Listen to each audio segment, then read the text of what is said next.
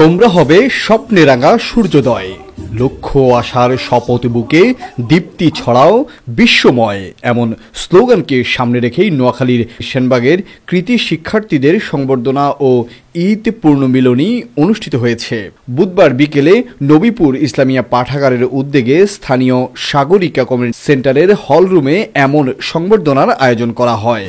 এ সময় ফজলুল হক বাবুর সভাপতিত্বে এবং নবীপুর পাঠাগারের সাধারণ সম্পাদক মোহাম্মদ জাকির হোসেনের সঞ্চালনায় অনুষ্ঠানে প্রধান অতিথি হিসেবে উপস্থিত ছিলেন ইসলামী ব্যাংক পিএলসির সাবেক ডিএমডি ইঞ্জিনিয়ার আবুল বাশার। এ সময় আয়োজনটিতে বিশেষ অতিথি হিসেবে উপস্থিত ছিলেন সেনবাগ উপজেলা বাংলাদেশ জামায়াত ইসলামের আমির মাওলানা ইয়াসিন করিম, তরুণ উদ্যোক্তা এম মাহবুবুর রহমান, এম হাশেম বিশ্ববিদ্যালয় কলেজের অধ্যক্ষ জহিরুদ্দিন আজম, বাংলাদেশ ইসলামী ছাত্র শিবিরের সাবেক কেন্দ্রীয় ব্যবসা শিক্ষা সম্পাদক হারুনুর রশিদ রুবেল, শাহজালাল বিজ্ঞান ও প্রযুক্তি বিশ্ববিদ্যালয়ের শিবির সভাপতি তারেক মনোয়ার, ফেমাস কর্পোরেশন লিমিটেডের managing director ASM Nasir Uddin, Nabipur union Jamaat ইসলামের আমির জিয়াউল হক বাবুল।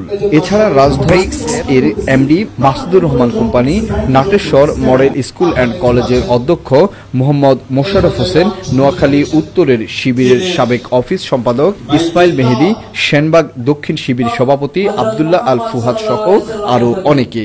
পরে অতিথিরা দেশের বিভিন্ন বিশ্ববিদ্যালয়ে অধ্যয়নরত কৃতি শিক্ষার্থীদের হাতে সম্মাননা স্মারক তুলে দেন।